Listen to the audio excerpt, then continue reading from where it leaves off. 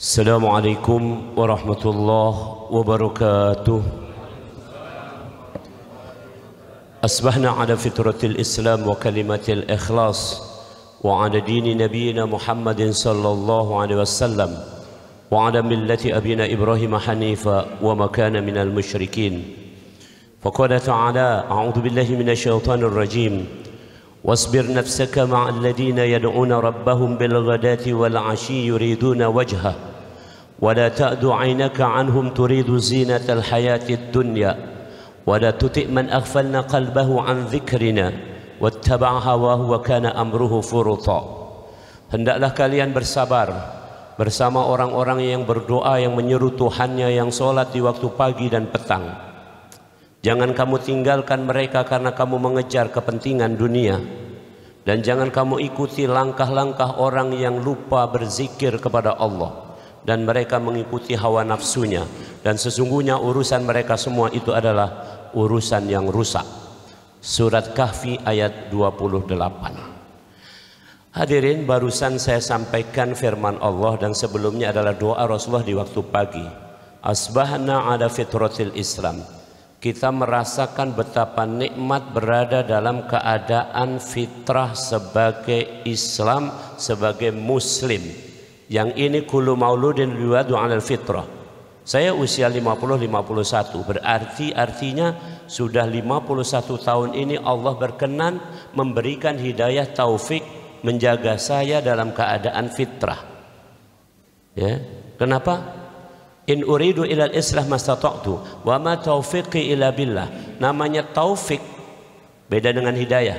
Hidayah artinya petunjuk. Petunjuk yang bisa datang dari Allah, bisa datang dari manusia. Kalau dari manusia namanya yang ngasih petunjuk mursyid, pembimbing. Ya, di Al-Quran di surat Kahfi juga disebut kata-kata mursyid, pembimbing. Itu yang memberi hidayah. Tapi taufik adalah iman, adalah Islam. Itu hanya Allah yang punya prerogatifnya, hanya Allah yang punya. Maka Allah menjaga kita semua yang usia 10, 20, 30, 40, 50, 60, 70 sampai hari ini masih berada dalam keadaan fitrah Islam. Subhanallah. Maka sebentar lagi kita akan menunaikan zakat sebagai zakat fitrah, zakat jiwa yang bersih, yang memang dari awal sudah kita bersyahadat alastu birabbikum qalu bala syahidna. Yang kedua, wa kalimatil ikhlas, dan kita berusaha untuk sampai ke derajat kalimat yang ikhlas. Ikhlas artinya tidak ada lagi pertanyaan, no reserve kata orang Inggris. Tidak ada lagi sisa-sisanya, bersih semuanya seperti itu.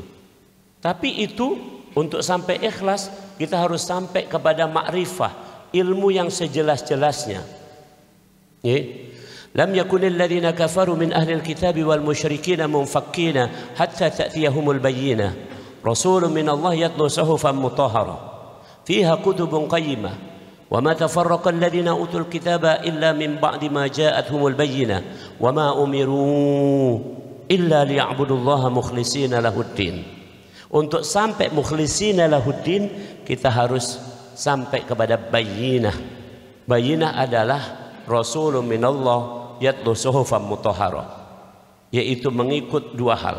Satu, mengikut sunnah Rasulullah Muhammad sallallahu alaihi wasallam, dan yang kedua adalah mengikut Al-Qur'an.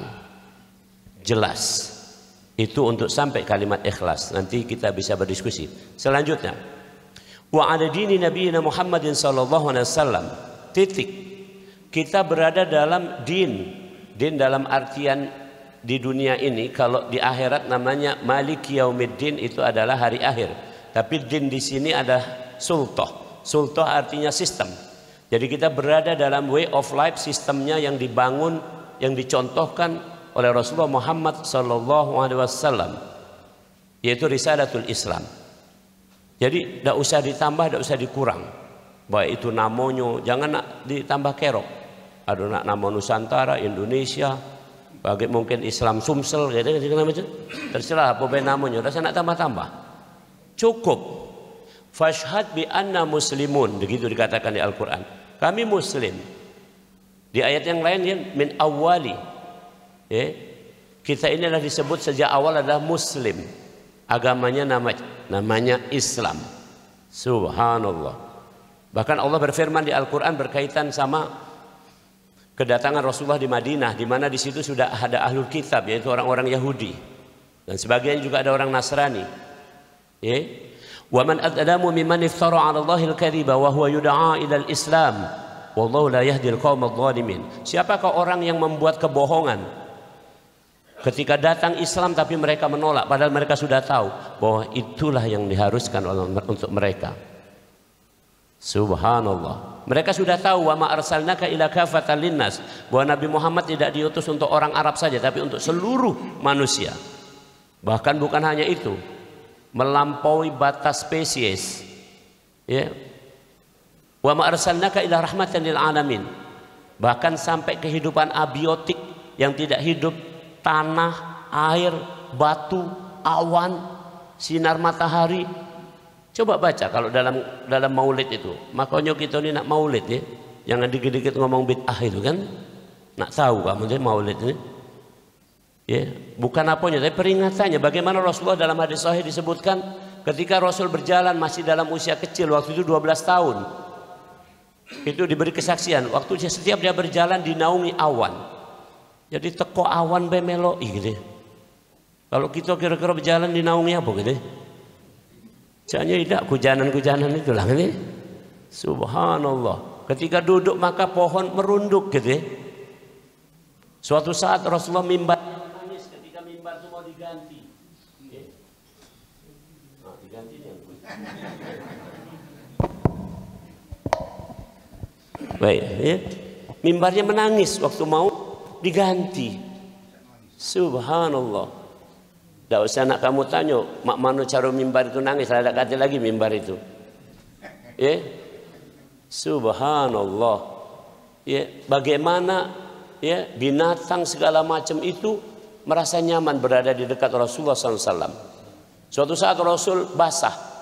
Ya, waktu itu hari terik, hari terang. Sahabat bertanya, Rasulullah, kok basah? Dari mana? Dari negerinya jin. Ya. Ini cuma khusus Rasul ya, kita tidak perlu nak dakwah sama jin, ya. Tapi dia datang ke sini. Di Al-Quran surat 46 dikatakan nafara minal jin yastami'una al-Quran. Mereka mendengarkan bacaan Al-Quran. Apalagi subuh ini tadi kerennya. Inna Quran al-fajri kana mashhuda. Salat subuh disaksikan dua rombongan malaikat, rombongan jago dalu dan rombongan jago siang, ketemunya subuh ini. Jadi makanya kamu harus hadir. Kalau tidak hadir kakek malaikat itu bercarian. Manulah mamang itu kan gini-gini. Perhatikan kalimatnya. Datang dia jago dalu, jago siang. Dan 10 malaikat selalu menjaga kita, ikut kita. Jadi aplusan, jadi 20 malaikat. Jadi kita lebih keren ketimbang gubernur, ketimbang presiden. Ajudannya tidak sampai 10 yang ikut kemanapun ada. Kanan kiri rokib dan atid. Depan belakang ada malaikat yang menjaga. Ya. Kemudian 2 malaikat, satu di mata kanan, satu di mata kiri, satu lagi di bibir atas, satu lagi di bibir bawah, satu lagi di rongga mulut, satu lagi di ubun-ubun. 10 jumlahnya kalau itu meloi kita kemanapun berada. Dalam hadis sahih dikatakan seperti itu. Silakan buka tafsir surat Ar-Ra'd ayat 11. Hadirullah. Kemudian yang terakhir, wa ala millati abina Ibrahim hanifa wa ma kana minal musyrikin. Nabi Ibrahim dikenal sebagai bapak tauhid, bukan musyrik. Nabi Ibrahim punya gaya hidup tauhid. Seperti itu. Inilah 4 hal di pagi hari yang kita renungkan. 1, kita berada dalam keadaan Islam. 2, kita berada dalam kalimat, dalam usaha untuk tetap ikhlas, berusaha ikhlas. 3, kita berusaha konsisten istiqomah di dalam agama ini dengan segala sistemnya. 4, kita mempertahankan gaya hidup tauhid. Gaya hidup tauhid. Subhanallah. Nah kemudian Allah berfirman, hendaklah kita bersabar bersama orang-orang yang menyeru kepada Tuhannya di waktu pagi dan petang. Jangan kita meninggalkan mereka hanya karena mengejar kepentingan dunia. Jangan kita ikuti orang-orang yang lalai dalam berzikir, ya, dan mengikuti hawa nafsunya. Urusan mereka urusan yang rusak. Jadi jelas nih ayat itu, jelasnya itu yang disebut ayatun muhkamatun. Di Al-Quran mayoritas ayat adalah muhkamat. Wa ukhara mutasyabihat, dan hanya sedikit yang mutasyabihat. Yang mutasyabihat contoh alif lam mim, kita tidak tahu artinya. Serahkan sama Allah. Wasi'a kursiyyus samawati wal ardh, serahkan sama Allah. Tapi kalau ayat ini jelas kamu, bersabarlah kamu bersama orang yang sholat di waktu pagi dan petang. Pagi sholat subuh kan berarti, petang maghrib sama isya, ya sudah selesai. Jingok bae siapa yang subuh kan berarti. Bertahanlah sama wong itu. Ini dah sama yang sholat subuh ribut, sama yang bangun kesiangan akor, mana cek ini tidak sesuai dengan ayat ini tadi. Hari ini kan judul kita tentang memetik hikmah. Saya perluas saja, memetik hikmah dari setiap peristiwa, satu. Yang kedua, dari setiap momentum. Ketiga, yang paling bagus adalah kata Profesor Yusuf Qaradawi, al-wajibat aktsara minal awqat. Kewajiban lebih banyak dari waktu yang tersedia. Maksudnya setiap detiknya itu hanya bisa kita imbangi apabila kita mampu mengambil hikmah. Ulangi. Kewajiban kita ini lebih banyak ketimbang waktu yang tersedia. Secara hitungan waktu tersedia 24 jam sehari. Tapi kewajiban kita kalau dihitung tidak cukup 24 jam itu. Ayo kita berhitung yang secara ringkas bela. Tidur itu normalnya 6 sampai 8 jam. Itu kewajiban memang. Jadi kamu jangan berpikir tidur itu nganggur. Tidak, itu perintah Allah. Jadi kewajiban. Tidur itu kewajiban. 6 sampai 8 jam kira-kira. Oke. Jadi ibu-ibu kalau nak bikin kue 8 jam, bikinlah terus tidur. Habis itu kamu bangunlah. Jadi 8 jam itu selesai. Yang 8 jam itu tinggal berapa aja? 16 sih. Oke, kemudian kita sholat 5 waktu. Rata-rata mulai dari wudhu sampai balik ya, wudhu kemudian berjalan ke masjid, balik lagi ke rumah, anggaplah setengah jam. Jadi 5 kali 2,5 jam. Nah, itu ya sudah berapa? Sudah 10,5. Ya. Kemudian pagi sama petang kita pasti istinja, toharoh segala macam. Anggaplah ke kamar mandi segala macam itu, ya bersih-bersih, berganti segala macam, bersolek segala macam, berair sih. Setengah jam nih, sejam berarti kan. Oke. Terus habis itu kita begawe jelas ini. Dari zaman dulu sudah mengada begawe, berdagang, berkebun. Itu kira-kira anggaplah normalnya hitungan para ahli 8 jam. Jadi sudah berapa tadi? 11,5 ditambah 8, 19,5. 19,5 sudah nih.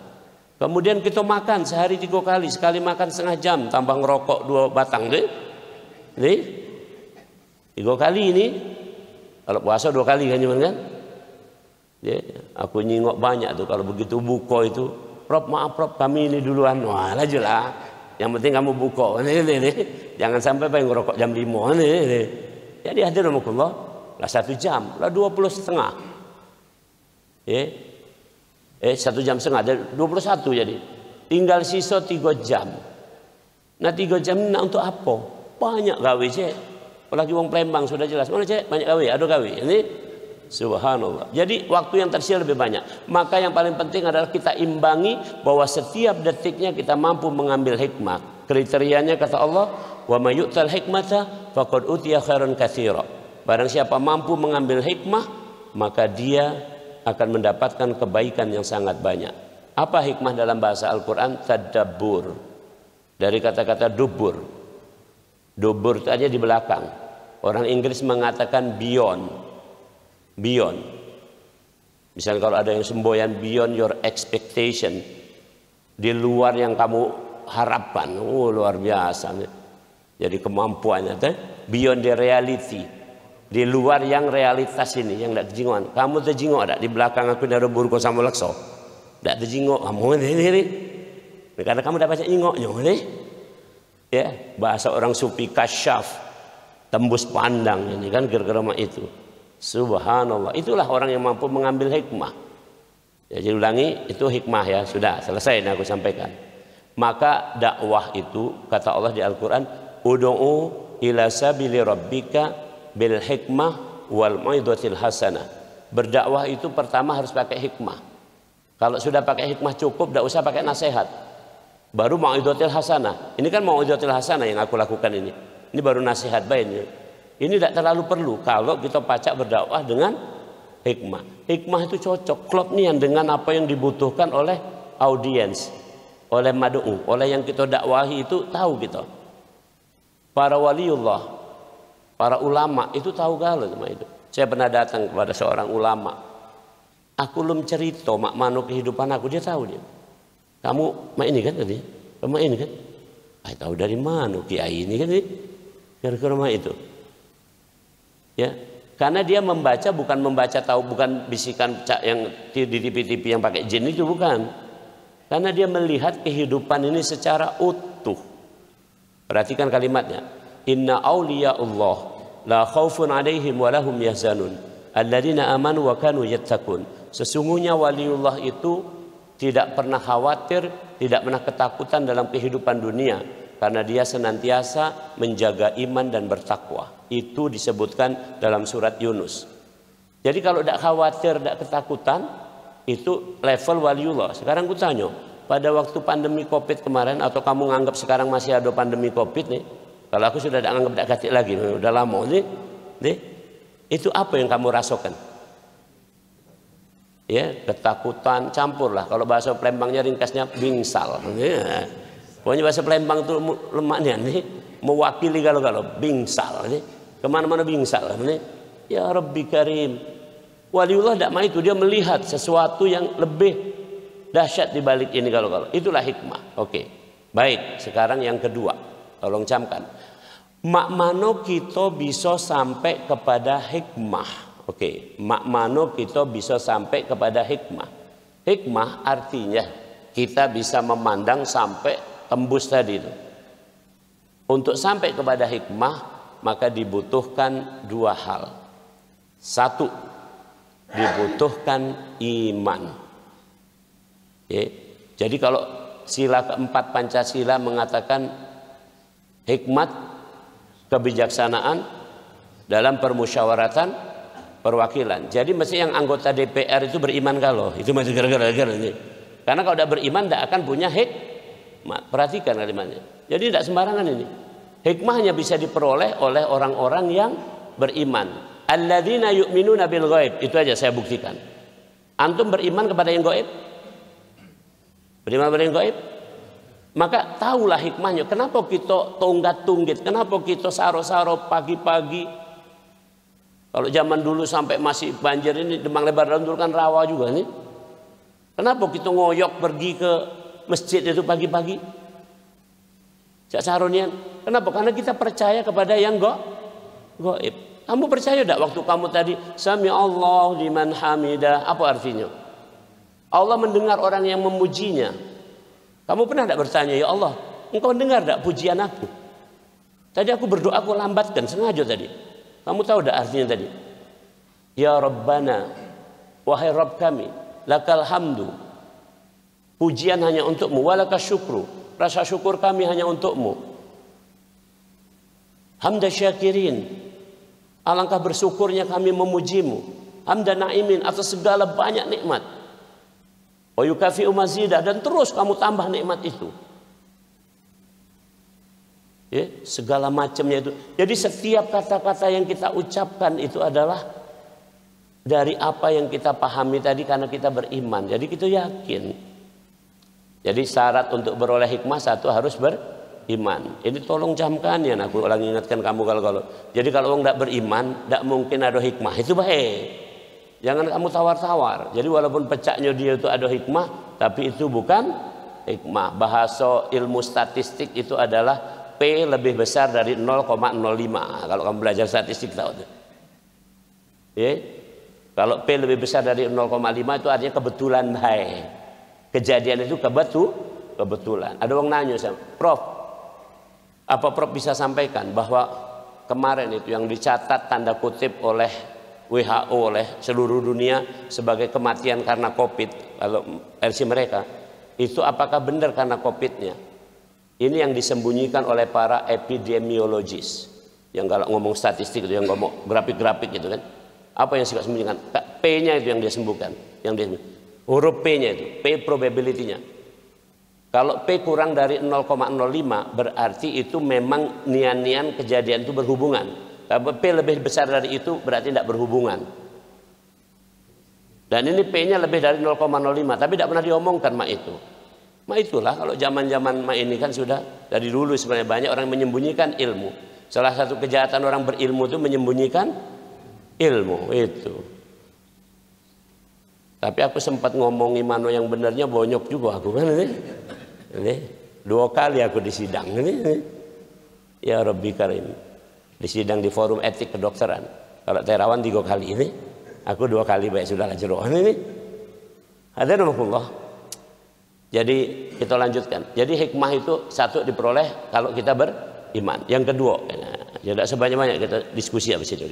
Yang kedua, hikmah itu diperoleh kalau kita punya ilmu sampai kita mampu membaca, memahami, membaca, memahami dalil yang bersifat aksiomatik. Ini bahasa perguruan tinggi. Dalil yang bersifat aksiomatik. Dalam bahasa Al-Quran disebut sebagai hakikat. Dalam bahasa Plembang ya, kita nung Plembang kalau kuterangkan supaya kamu clear. Dalil aksiomatik atau hakikat bahasa Plembangnya adalah dalil yang cetok. Coba kamu Plembang kalau kamu masih bantah yang cetok, berarti kamu memang tidak cetok. Paham nih? Nih oke. Jadi untuk dapat hikmah harus sampai dalil ke sana. Ada tidak dalil di bawah itu? Ada. Di bawah aksioma namanya teori. Contoh Imam Syafi'i ini teori Imam Syafi'i. Imam Syafi'i membaca Al-Quran lamastumun nisa. Menyentuh perempuan. Kata Imam Syafi'i, maka mutlak laki bini senggolan batal wudu. Kira-kira itu. Oke. Itu teori. Ini masih ada tawarannya kalau teori. Tapi kalau cetok tidak ada tawaran lagi tadi. Maka Imam Hanafi mengatakan mutlak tidak batal karena yang dimaksud itu bukan sentuhan tapi jima. Oke. Imam Malik batal kalau bersyahwat. Nah, kan 3 imam berbeda. Itu teori namanya. Itu teori. Kamu melok mana? Kamu tuh melok yang lemak. Itulah. Aku juga. Memang dalam kaidah ilmu dalam agama Islam ini, makanya kita ini jangan galak ini umat Islam ini yang kita galau-galau termasuk aku ini termasuk ammah, wong umum. Kan aku ini cuman muballigh. Ini. Kalau ulama, Ustadz Somad, Ustadz Adi Hidayat, Gus Baha, itu nian-nian itu. Kalau aku kan ilmunya ilmu kedokteran. Cuman aku memang dari kecil dididik di kalangan pesantren. Jadi aku belajar fikih, tauhid, kalau itu aku belajar. Bahasa Arab, aku belajar sama itu. Nah, ini tinggal aku sampaikan baik sama itu. Nah, masuk kelompoklah awam kira-kira sama itu. Jadi kelompok yang beramal. Tinggal melok ibadah mana. Dan memang gitu. Dalam kaidah agama kita, orang awam tidak usah kamu keia-iaan nak pegang mazhab tertentu karena kamu tidak ngerti ini. Lemaklah melok yang mana yang lemak. Ini.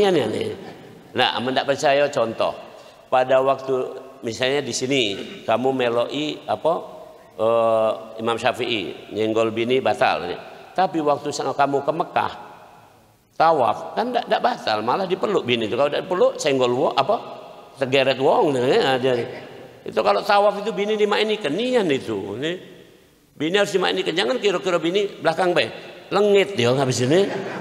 Ya Rabbi Karim.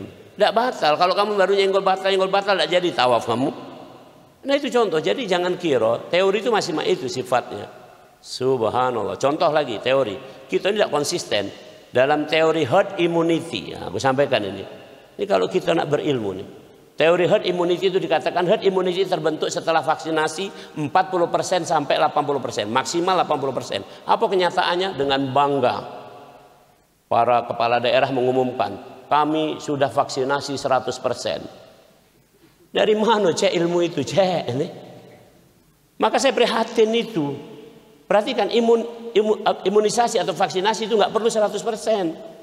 Karena ada kira-kira 60 sampai 20% yang tidak perlu divaksin. Kan begitu, karena terbentuk herd immunity. Konsep herd immunity adalah misalnya ada wong 3, wong 5 lah. Tiga sudah divaksin, dua tidak. Itu sudah yang dua itu terlindungi oleh yang tiga. Itu konsepnya mah itu memang. Tapi kenapa sekarang diterjang galau-galau.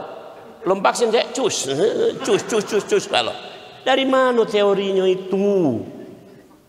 Makanya sekarang tidak pakai teori lagi gitu. Pakai manogalak baik. Manogalak. Bahasa kerennya hawa nafsu. Subhanallah. Jadi kamu teori lagi tidak melok. Yang di bawah teori ini aku ceritakan supaya mudah ya. Jadi ilmu yang kalau tadi dua syarat untuk dapat hikmah, satu iman, dua sampai kepada ilmu dengan dalil yang ceto tadi, yang hakikat, yang aksioma. Yang ceto itu cuma dua.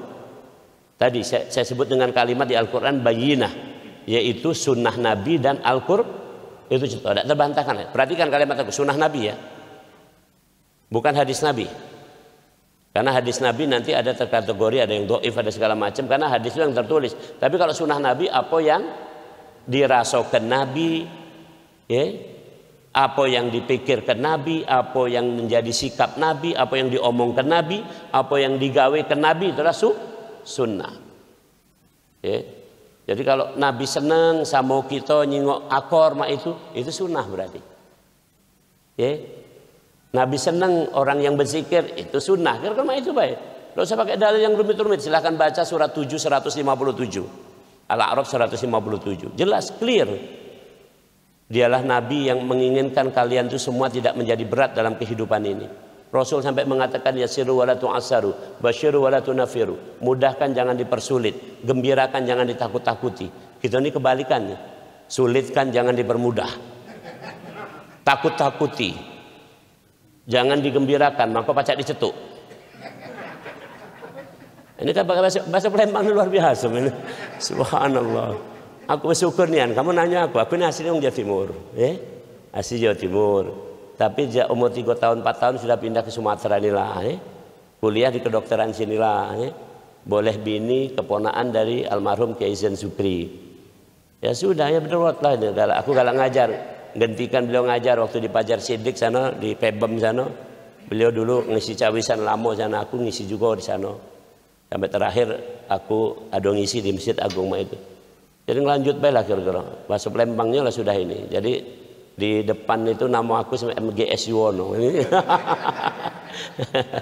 Mas Yuwono. Ada loh Allah. Jadi baiklah kita lanjut dikit. Jadi itu yang bawah yang ceto tadi dalil namanya teori masih baca dibantah. Yang di bawah teori ini, di bawah teori. Nah, ini aku sampai sini bala. Di bawah teori ilmu itu namanya konsep. Konsep itu hasil dari penelitian. Konsep itu hasil dari penelitian. Jadi ibu-ibu misalnya, ibu-ibu melakukan konsep nih, bikin pempek mak ini. Kalau ditambah mak ini mana ya? Tambah mak ini mana? Setelah jadi ternyata enak, itu jadi konsep. Kamu bukukan ini. Nah, aku tunjuk contoh yang paling mudah di antara kamu sekarang ini. Masker adalah konsep, itu. Masker ini adalah konsep. Maka sekarang orang kan terbalik-balik, mendahulukan protokol kesehatan yang termasuk salah satunya pakai masker ketimbang dalil yang ceto tadi. Loh, saya mengurutkan sebenarnya nih, saya ajari dari awal pandemi saya mengatakan yang sehat boleh ke masjid, itu baik dulu syaratnya. Karena sehat adalah sesuatu yang ceto. Tapi masker tadi baru konsep. Oh ini pakailah masker ke masjid. Bukan itu, sehat dulu. Kamu sehat tak? Tidak, jangan ke masjid, itu dulu. Baru perkara ke masjid pakai masker, tidak pakai masker, lain cerita itu. Paham ya? Tolong ini cara berilmu. Ini kita kacau balau gitu kan. Masker bagus, jaga jarak segala macam, tapi wongnya sakit nih. Ya salah kan gitu kan? Yang ceto dulu, kan aku pernah ajari kamu juga di sini kapan? Sehat adalah tidak sakit, itu kan sebenarnya. Ceto, tidak usah rumit-rumit. Apakah sehat itu tensi sekian? Bukan itu. Sehat artinya tidak. Sudah itu ceto, dalil tidak bisa dibantah lagi itu. Iya juga. Kalau sakit berarti tidak sehat. Sehat berarti. Jadi yang ilmu aksioma tadi, ilmu ceto, ilmu hakikat itu. Orang awam pun ngerti, wong awam pun ngerti. Dan Al-Quran semua bicara masalah itu. Tidak ada bicara masalah yang nggak ceto. Semuanya ceto apa itu. Sampai Al-Quran mengatakan begini kepada kita. Wa in kuntum fi raibin mimma nazzalna ala abdina fa'tu bi suratin min mithli. Kalau kamu ragu saja dengan Al-Quran, sedikit saja ada ragu, kamu buat semacam Al-Quran itu. Kalau kamu ngerasa itu tidak ceto, kamu bikin. Subhanallah. Saya kasih contoh dalam resep kesehatan. Cuma 2 resep kesehatan itu disebut di Al-Quran. Innallaha yuhibbut tawwabin wa yuhibbul mutatahhirin. Dari segi jiwa kita taubat, dari segi fisik kita toharoh. Taubat dan toharoh adalah kunci sehat. Selesai. Tapi kamu panjang-panjang pakai teorinya. Berdasarkan teori Robert dari mana? Teori ini, teori itu. Oh, teori itu kan. Ngapa tidak kamu berdasarkan itu? Cuman kamu nak pengen tahu bagaimana Al-Quran diterjemahkan, kamu tanya ke ahlinya. Fas'alu ahla dzikri in kuntum la ta'lamun, di surat nomor 16. Tanyalah kepada orang yang ahlinya kalau kamu tidak tahu. Jadi selesai, itulah kira-kira kita ini kalau nak ngambil hikmah syaratnya ada 2. Beriman dan sampai kepada dalil yang ceto. Ya, kalau sudah seperti itu, setiap yang kita lakukan ada hikmah. Mari kita tanya jawab, insya Allah saya bisa saya jawab, kalau tidak akhir ketunda. Tapi intinya kamu nanya hikmahnya apa, pasti akan terjawab dengan 2 dalil tadi, iman dan ilmu ceto. Demikian. Oh, untuk ya. Ya, yang nanya pertama. Baik, assalamualaikum warahmatullahi wabarakatuh. Waalaikumsalam. Menarik ini Pak Dokter, jadi masalah hikmah ini. Jadi iman dengan dalil tadi. Tapi dalam kehidupan ini seringkali kita menemui takdir gitu. Takdir itu apa kaitannya dengan hikmah tadi Pak Prof ya? Karena biasanya itu sudah kehendak Tuhan, begitulah dia gitu nah. Iya. Jadi mohon pencerahan. Terima kasih. Assalamualaikum warahmatullahi wabarakatuh. Salam. Ini kaki kita belajar ilmu yang judulnya ridho. Jadi kita kalau ngomong raditu billahi rabba wa bil islami dina wa bi Muhammadin nabiyya wa rasulah. Kita nyebut sahabat Rasul Sayyidina Umar radhiyallahu anhu. Ridho. Arti ridho ini ada 3. Aku jawab dengan ini tadi. Ridho itu arti ada 3. Ini arti yang arti yang workable bahasa Inggrisnya. Arti yang langsung kamu pacak pahami, langsung kamu pacak laksanakan. Kita jawab tadi. Apa hubungan takdir dengan kita segala macam ini tadi kan? Oke. Dengan hikmah ini tadi segala macam. Oke, perhatikan. Pertanyaan pertama. Ma aradallahu binna. Itu benar. Bahasa Indonesianya apa yang diinginkan Allah kepada kita. Jadi gawe Allah kepada kita itu pertanyaannya ma'arallahu bina.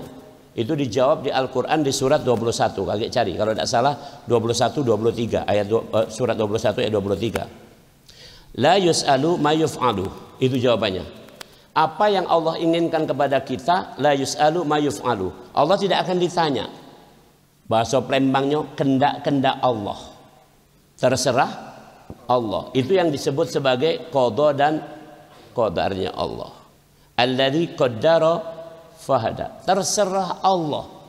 Di Al-Quran dikatakan di surat nomor 22 surat Al-Hajj, di antara kamu ya, setelah kamu diciptakan dalam perut ibumu itu, ada di antara kamu yang sempurna bentuknya, ada yang tidak disempurnakan bentuknya. Bahasa kedokterannya anomali atau cacat. Itu adalah untuk pelajaran, tapi mayoritas sempurna, lahir sempurna cak itu kalau ini kan. Tapi ada juga yang cacat, itu ada disebutkan sampai di situ. Itu sudah takdirnya Allah. Nah itu la yus'alu ma yuf'alu. Jangan kita tanya. Hikmahnya apa? Bahwa Allah maha kuasa atas segala. Innallaha ala kulli syai'in qadir. Itu satu jawabannya. Yang kedua, ma aradallahu bina. Jawabannya ayat itu juga masih di ujungnya wahum yus'alun. Yang akan ditanya adalah manusia, kita makhluk, bukan Allah. Kalau kita ditanya bahasa orang BPKP sini adalah diminta pertanggungjawabannya. Maka yang kita ditanya namanya ikhtiar. Jadi Kak Haji, ringkasnya yang dimaksud takdir dan hikmahnya tadi, kalau untuk takdir tidak usah tanya-tanya lagi. Tidak usah kamu nanya, ya Allah ngapo hidung aku agak pesek. Tidak usah kamu tanya lagi itu. Sudah mah itulah ini. Udah takdirnya. Ya Allah ngapo aku lahir tidak jadi wong Arab. Nah ini ada murid aku tuh. Nak nikah sama wong Arab nih. Woi cek banyak cek kamu lah bujang lah umur 35. Lah bisnis apa lah mapan ini sampai 35 nak nikah. Ngapo lehnya? Nak nikah sama wong Arab nih. Istri saya itu keponakan dari Wak Solha Ali Drus, istri pertama Ki Izan Sukri.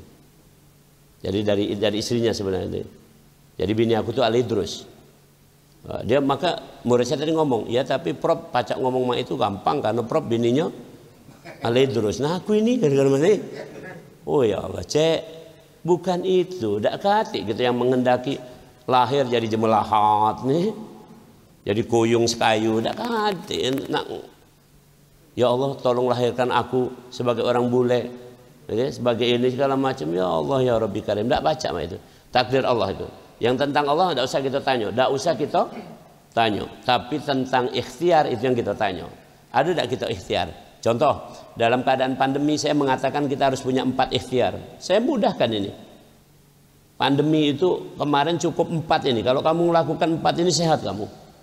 Saya terus ngomongkan ini, kemana saya bombardir itu, kemana-mana. Sampai pemerintah juga ada mengeluarkan, ada apa itu ya, mirip-mirip itulah. 4 iko ini, 1 tidur 6 jam, lebih kurang baik tadi. Boleh ngimbit sampai 8 jam tadi, atau boleh kurang dikit 5 jam. Yang kedua, lemak kemakan. Sehat nih yang kamu. Jadi kamu lagi demam, makan enak tak? Tapi kamu harus lemak ke pakso, artinya kan itu kan. Apalagi tidak demam, tambah lahap ini itu sih. Tadi sahur lemak tidak lemak sahur itu banyak, masih ngantuk masih apa. Tapi harus lemakkan makan, maka semangat. Maka subuh mah ini semangat aku nunjuk ceramah ini kan. Ini sampai jam 12 ini kaki ini. Nah itu kan semangat ini. Nah yang ketiga adalah mulai bergerak dari subuh itu. Ini orang ceramah, orang ribut kemana-mana dalam bidang kedokteran, termasuk dokternya teriak-teriak tapi tidak sholat subuh. Saya sampaikan dalam ilmu kedokteran hormon kortisol naik mulai dari jam 3 pagi dan puncaknya jam 6. Dari jam 6 terus turun. Waktu akselerasi kira-kira jam 4. Jadi jam 4 itulah saatnya kita fight or flight. Bahasa Inggrisnya. Bahasa kedokteran ditulisnya flight or fight. Apakah jadi pemenang, champions atau jadi loser, pecundang. Jadi kalau kita bangun jam 4 pemenang. Itu baik kira-kira. Kalau orang Indonesia memang sopan santun, subhanallah. Katanya, cek bangun kesiangan rezeki dipatok ayam. Cuman itu bayarnya deh. Artinya tidak bagian lagi kita tidak bagian apa-apa. Sehat tidak kebagian, apa tidak kebagian lagi. Sudah dimbek ayam dah loh. Itu saking halusnya bahasa orang Indonesia, luar biasa orang Indonesia ini. Sopan santun ini. Oke, jadi tentang ikhtiar. Dan yang ketiga, ma aradallahu bil kaun. Apa yang dikehendaki Allah terhadap semesta alam ini, al-intifa. Kita manfaatkan. Dalilnya di Al-Qur'an sudah jelas. Huwallazi khalaqalakum ma fil ardi jami'a. Dialah Allah yang telah memberi kamu bumi ini untuk kamu pakai semuanya. Boleh kamu pakai galau-galau. Subhanallah. Demikian. Ada lagi?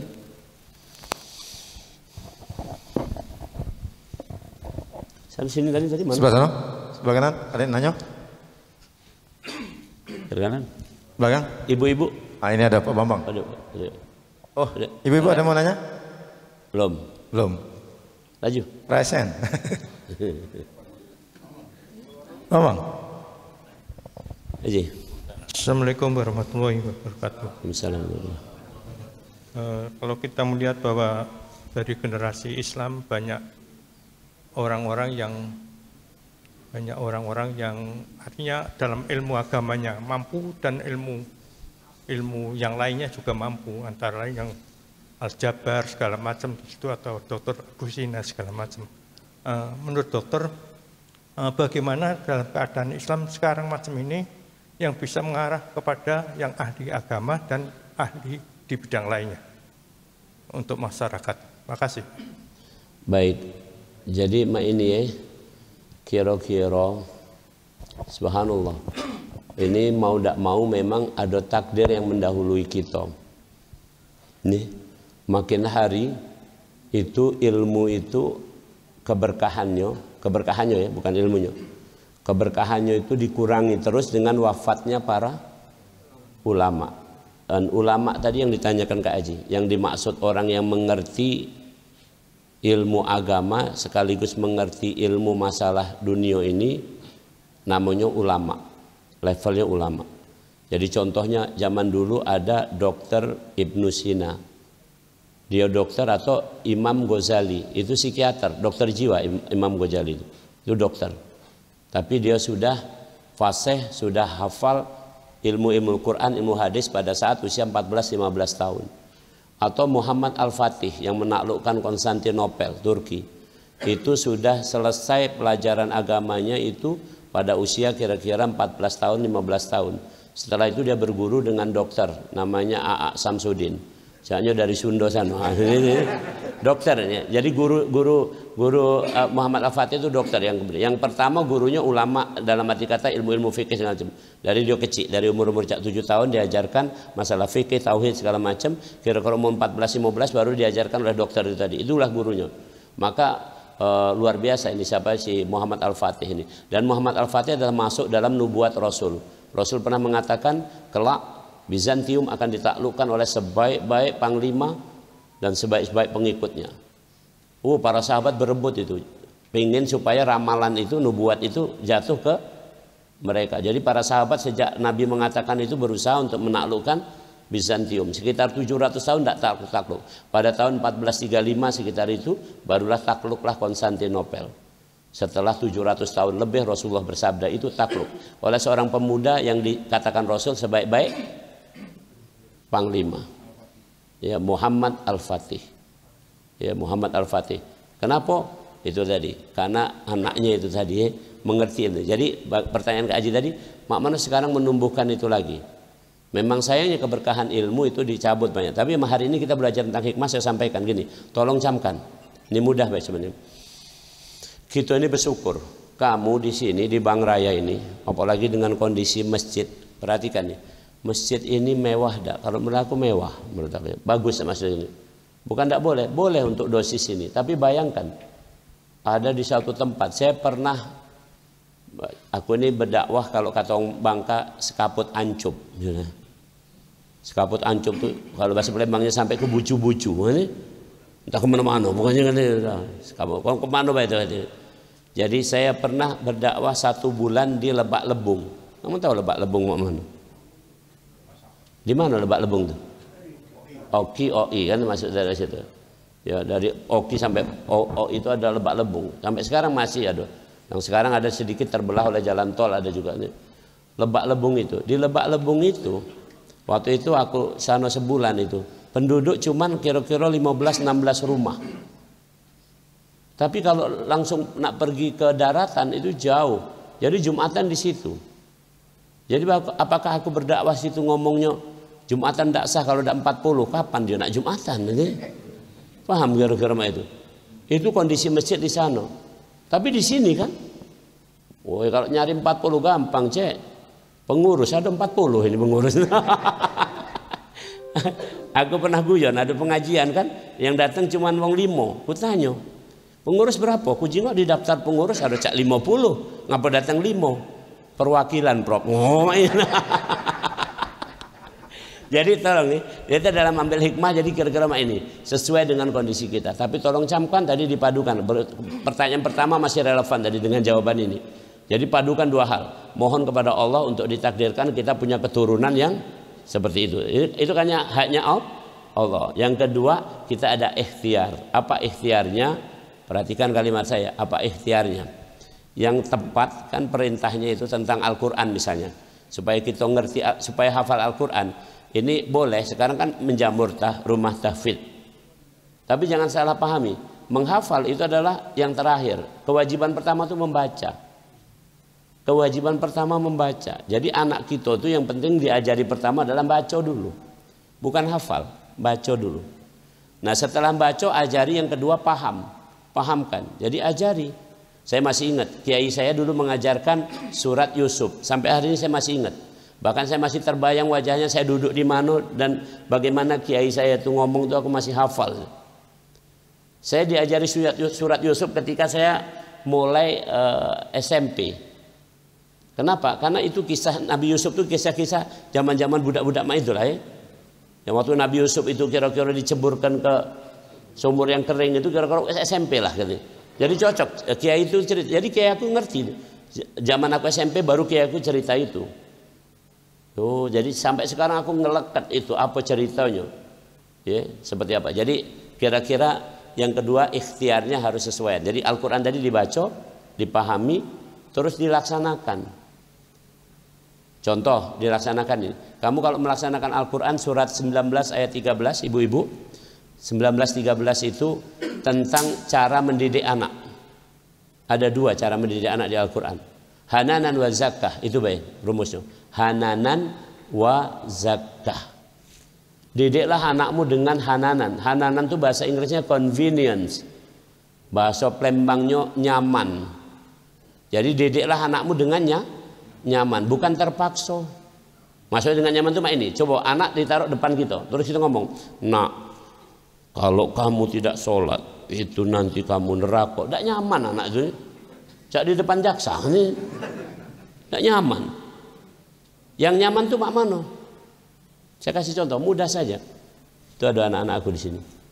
Ya, masih dia bayi ini masih cak 2 bulan itu 3 bulan.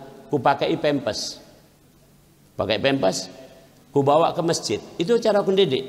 Karena waja'ala lakumus sam'a wal absara wal af'idah. Manusia belajar pertama dari pendengar. Jadi bayi itu udah belajar dengan pendengar, bukan dengan jingok, tapi dengan pendengaran. Jadi saya bawa sholat ke masjid, aku gendong, aku jadi imam, ku gendong, aku rukuk, ku taruh si bayi ini tadi. Tapi kan dia dengar bacaan orang sholat terus gitu. Sudah agak besar, cak 2 tahun mah itulah pacak ngomong. Abi mau kemana?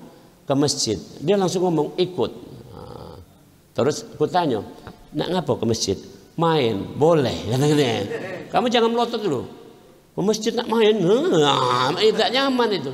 Main boleh, aku jawab. Ada lanjutannya, boleh setelah sholat. Nanya lagi, sholat berapa lama? 5 menit. Abi di masjid berapa lama? Setengah jam. Kalau itu mainnya lebih lama. Cocok deal sudah. Tunak dia datang ke masjid ini dia waktu sholat kan, kusuk dia. Tapi begitu assalamualaikum warahmatullahi berlari dia kan. Itu nyaman namanya. Jadi anak-anak boleh di masjid. Waktu sholat tadi, nak ribut di luar sana. Memang itulah gawe anak-anak. Cuman kalau kamu habis ke masjid, di masjid juga kamu ribut sudah. Tidak cocok, berarti anak-anak kamu masih ya. Jadi itulah, jadi 2 hal itu tadi Kak Haji, cara mendidik. 1 berdoa kepada Allah supaya takdirnya turun kepada kita semua ini. Yang kedua kita ada ikhtiar yang harus disesuaikan dengan situasi dan kondisi. Contoh kalau di sini kita ini aku support antum semua ini kan ada Quran yang Ustadz Dery ini kan ya. Ini kaget jadi syiar, ini namanya syiar, Kayak taruh lantai 4 nih. Taruh lantai 4 ini jadi syiar. Jadi masjid ini apalagi ini ada apa nih? YouTube, ada IG segala macam. Ini kan mendunia segala macam. Ini jadi syiar. Kemanapun bisa. Itu ini untuk di sini. Tapi yang di Lebak Lebong tadi nak mana baca? Anda baca. Sesuai keadaan di sana kira-kira. Tapi harapannya tetap tinggi. Harapannya tetap pada Allah bahwa ini akan lebih baik. Dan kemudian yang kedua, ikhtiar kita lebih maksimal. Di sini harus lebih maksimal. Kamu pacak di sini ngapo-ngapo. Yang Lebak Lebong tadi terbatas. Ini demikian. Bis. Oh, boleh. Tergantung pembawa acara. Ini hari ini libur aku sudah. Ini mumpung ada Prof Yono, ya, menarik sekali kita diskusi tentang tema yang disampaikan. Prof Yono tahu. Aku ini kawan dekat. Baik, assalamualaikum warahmatullahi wabarakatuh. Assalamualaikum. Banyak ini Prof. Banyak orang pakar bahkan di bidangnya, dia paham konsep dalil, teori dan sebagainya, tapi dia dewek yang menginjak-injak teori konsep itu tadi. Anda perhatikan ada 3 bentuk manusia di dalam kejadian ini. Yang pertama memang ada yang sengaja menginjak-injak teori itu, padahal dia paham itu, tanpa merasa bersalah, bahkan mencari pembenaran dari sesuatu yang tidak benar. Itu yang pertama. Yang kedua ada yang memang menyesal, tapi masih nak diulangi lagi. Nyesal tapi diulangi lagi, diulangi. Tak tahu kapan habisnya. Ada yang ketiga, memang tobat nian dia. Setelah dia mengatakan konsep dalil yang dia katakan salah itu disadarkan oleh Allah, entah ini dalam konteks ini tadi, Prof, dalam kaitannya tentang takdir, hidayah, iman, ihsan. Bagaimana kita melihatnya ini, Prof, dalam 3 fenomena ini? Mungkin itu, Prof. Assalamualaikum warahmatullahi wabarakatuh. Assalamualaikum. Yang nanyo ini dekan Fakultas Kesehatan Masyarakat. Apa sudah dekan atau belum? Namanya Dr. Alam. Saya sama beliau ini kolaborasi dalam penelitian. Cuman hanya sebentar. Karena habis itu aku tidak di Unsri lagi kan. Sebenarnya aku masih di Unsri, cuma tidak boleh ke sana. Tadi yang disampaikan, kamu kan tadi nanya, saya selalu ngomong tadi bahwasanya pakailah apa tadi, iman dan untuk dapat iman dalil yang cetok, yaitu persis Dr. Alam tadi menyebutkan apa yang ada di Al-Quran surat 35 ayat 32. Orang-orang yang diberikan kitab itu disebutkan, diberikan Al-Quran, berarti diberikan ilmu nih. Tadi kan sama kan nih, diberikan ilmu. Akan terbagi jadi 3 kelompok. Persisnya itu. Yang disampaikan beliau tadi persis. Karena beliau baca Quran ini juga. Apa jawabnya? Wa minhum dzalimun li nafsih. Ada berilmu tapi zalim. Sengaja. Pakailah masker double. Tujuannya 2, nyetuk. Masker cukup 1 aja. Kenapa mau 2? Kan begitu. Berdasarkan penelitian ini, penelitian itu masih hipotesis, jauh nih yang dibawa masih. Ya Rabbi Karim. Sekarang Malaysia sudah mencabut per hari ini, Malaysia, Asia Tenggara sudah dicabut semua, nggak pakai masker lagi. Tapi Indonesia bahasa Palembangnya pakai teori keia-iaan. bahasa Palembang lah gitu dia. Nggak tahu aku nih. Jadi yang pertama adalah kelompok dzalimu li nafsi. Tahu dia ini, tapi dia malah diselewengkan, dihapus segala macam itu. Kadang-kadang lebih parah lagi ada. Untuk orang lain harus pakai, untuk dia tidak. Saya belak-belakan, saya pernah kumpul, ini agak rahasia ya, jadi jangan direkam. Tapi udah kadang-kadang. Saya main ini, saya pernah kumpul sama orang-orang yang punya otoritas lah, aku sebut punya otoritas, ngumpul. Kami makan di semeja main. Aku nanya, kita udah pakai masker kan makan juga? Kita ketawa-ketawa kan? Maka jangan sampai kita keluar sana kita cak ganas nian. Aku ngomong itu, belak-belakan saya sampaikan. Sudahlah, jiwa kemanusiaan kita munculkan lagi. Yang benernya mana? Kan? Jangan merasa benar sendiri. Nanti saya kata kuncinya ada nih. Yang kedua, wa minhum muqtasid tadi. Ada yang nyesel. Muqtasid itu pertengahan, nyesel. Di Al-Quran di surat nomor 75 dikatakan nafsul lawamah. Nyesel. Waktu hari Minggu kemarin pengajian sama siapa? Prof Yuwono. Wah nyesel aku tidak datang. Ada itu ini. Waktu kemarin itu kamu Ramadan tuh puasa enggak? Puasa. Aku tidak puasa. Nyesel. Nah itu padahal pingin tapi dia tidak puasa. Lewat begitu. Cak seneng nian tidak puasa misalnya dan semuanya. Pendek kata kelompok kedua adalah kelompok yang nyesel. Pertengahan. Ini tergantung angin, tergantung lingkungan, milieu, environment. Rumusnya adalah 40-60. Lingkungan akan mempengaruhi paling banyak 40%. Nah, kelompok kedua ini adalah belak-belakan baik. Aku sama kamu, ini kelompok kedua. Jadi kita harus dapat milieu lingkungan yang bagus yang 40%. Kalau tidak itu kita masuk angin. Maka banyak-banyaklah pengajian. Banyak-banyaklah hadir dalam majelis-majelis. Banyak-banyaklah hadir jamaah. Banyak-banyaklah hadir bertemu orang-orang yang berilmu, orang-orang yang baik dan sebagainya. Supaya kita tidak masuk angin. Habis itu kan kita lupa lagi. Memang itu wajar. Pengajian main ini manggut-manggut galau kamu. Udah metu sana berjoget lagi. Memang itulah kira-kira. Itu yang kelompok kedua. Kelompok ketiga, wa minhum sabiqum bil khairat biidnillah. Kelompok kedua begancang untuk melakukan kebaikan di surat ini. Tadi kalau kata Dr. Alam tadi, Pak Alam tadi mengatakan bahwa ya, kelompok yang ketiga ini memang tobat-tobat nian kan disebut. Oke, jadi intinya seperti itu. Hadirin, kata kuncinya di mana? Jawabannya juga ada di Al-Quran. Saya sampaikan semua dalilnya di sini. Silahkan baca di surat Furqan surat 25 ayat 43 atau di surat 53 ayat 3 dan 4. Ya. Bahasa mudahnya begini, ya, di Al-Furqan. Afara'aita man ittakhadha ilahahu hawa. Nah, itu bahasanya. Pernahkah kamu melihat ada orang yang menjadikan Hawa sebagai Tuhannya? Itu Hawa itu apa? Aku terangkan di surat 53 ayat 3 dan 4. Wa ma yantiqu 'anil hawa in huwa illa wahyuha. Muhammad tidak berkata-kata atas dasar hawa, tapi berkata-kata atas dasar wahyu. Jadi orang yang disebut hawa adalah pendapatnya dewek. Pendapatnya dewek. Jadi tadi orang terjebak dalam banyak hal karena pakai pendapat dia dewek. Nah, untuk bisa pakai pendapat, bukan pendapat orang lain ya, jangan, harus pakai pendapat siapa tadi yang ceto tadi? Apa yang ceto tadi? Sunnah Nabi dan Quran. Itu semua sudah melingkupi adogalo. Bahkan ilmu kita itu kan sudah dikatakan waktu Nabi Khidir sama Nabi Musa itu naik perahu itu kan, ada burung nyetuk banyu itu, apa namanya? Nyecep itu banyu. Jadi burung kecil, burung pipit itu set itu banyu. Kata Nabi Khidir, ilmu seluruh makhluk sama inilah. Seluruh makhluk. Apalagi ilmu kita berdua ini.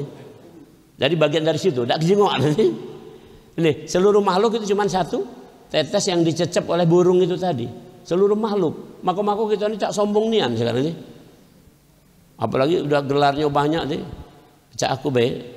Itu nama aku cuma Yuwono. Kamu hitunglah, Yuwono 6 huruf. Profesor berapa huruf? Dokter, magister biomedik, banyak lah. Nih. Tapi kalau mah itu bukan itu yang pentingnya, cek. Nih, ya. Maka sampai menangislah. Innama yakhsyallah min ibadihil ulama. Sampai di situ. Kalau betul-betul ulama dia akan menangis. Karena dia tahu bahwasanya ilmunya tak seberapa dan dia khawatir dengan pertanggungjawaban ini. Jadi fenomena tadi kata kuncinya satu, karena orang mengikuti hawa. Hawa itu dalam bahasa mudahnya pendapatnya dia dewe atau kendak-kendak dia, bahasa Palembang gitu ya. Bahasa Indonesia, bahasa orang awam mudahnya hawa nafsu. Kendak hawa nafsu, bukan kehendak dengan bimbingan wahyu, bukan dengan hati yang jernih. Ya kapan-kapan kita pelajari lagi, tapi insya Allah 3 ikut ini baik hari ini. Insya Allah kita alhamdulillah sudah berada di penghujung Ramadan dan kita tadi sudah belajar tentang hikmah. Aku simpulkan lagi sekali lagi supaya kita tegas lagi. Untuk dapat hikmah syaratnya 2, beriman dan sampai kepada ilmu yang ceto tadi. Dan ilmu yang ceto cuma ada 2, yaitu sunnah Nabi dan Al-Quran yang ada di kita ini, yang ada di kita. Kamu pelajari itu terus menerus dengan selama kehidupan, tidak akan selesai. Karena sampai mati pun itu tetap akan, tapi tinggal kita lanjut ya Pak Wo, gitu kan. Kita cuman neruskan baik ini kan. Kayak generasi kita lah lewat juga. Cuman ada yang muda-muda ini, ada Fahmi segala macam ini kan. Ya subhanallah. Demikian mudah-mudahan bermanfaat. Bismillahirrahmanirrahim. Alhamdulillahirabbil alamin. Wal aqibatu lil muttaqin wa la udwana illa 'alal zalimin. Allahumma shalli ala sayyidina Muhammad wa ala ali sayyidina Muhammad. Rabbana amanna bima anzalta wattaba'na rasula faktubna ma'asyahidin. Ya Allah, kami beriman kepada Al-Quran yang Engkau turunkan dan kami mengikuti Rasul-Mu ya Allah. Catatlah kami sebagai orang-orang yang bersyahadat. Wa ahiha bima'rifatik wa amidha ala syahadati fisabilik. Wafatkan kami ya Allah dalam keadaan syahid, hidupkan kami dalam keadaan ma'rifat ya Allah. Wala mablagha ilmina ya Allah, jangan jadikan ilmu kami ilmu yang cetek. Wahab lana haqiqatal imani bik hatta lana khafa wala narjuharaka wala na'budu syai'an siwak. Karuniakan kepada kami hakikat manisnya iman sehingga kami tidak takut, tidak meminta dan tidak menyembah kecuali hanya kepadamu. Rabbana amanna bima anzalta wattaba'na rasula faktubna ma'asyahidin. Ya Allah, kami benar-benar beriman, kami benar-benar beriman kepada apa yang Kau turunkan, yaitu Al-Quran, dan kami mengikuti sunnah Rasul-Mu ya Allah. Catatlah kami sebagai orang yang bersyahadat. Wa sallallahu ala sayyidina Muhammad ummi wa ala alihi washabihi wa baraka wasallam walhamdulillahi rabbil alamin. Assalamualaikum warahmatullahi wabarakatuh.